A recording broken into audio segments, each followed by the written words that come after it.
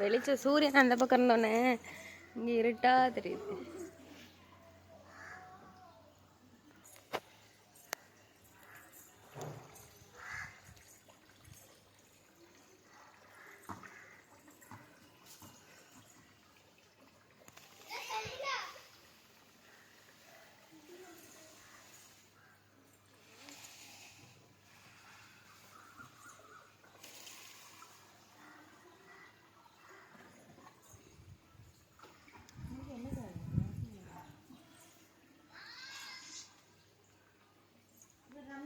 பாத்திரம்ல வாயிலே ஊற்றிட்டு பாத்திரம் கொஞ்சம் அடிச்சு விடுவாங்க மண்ணாடாது.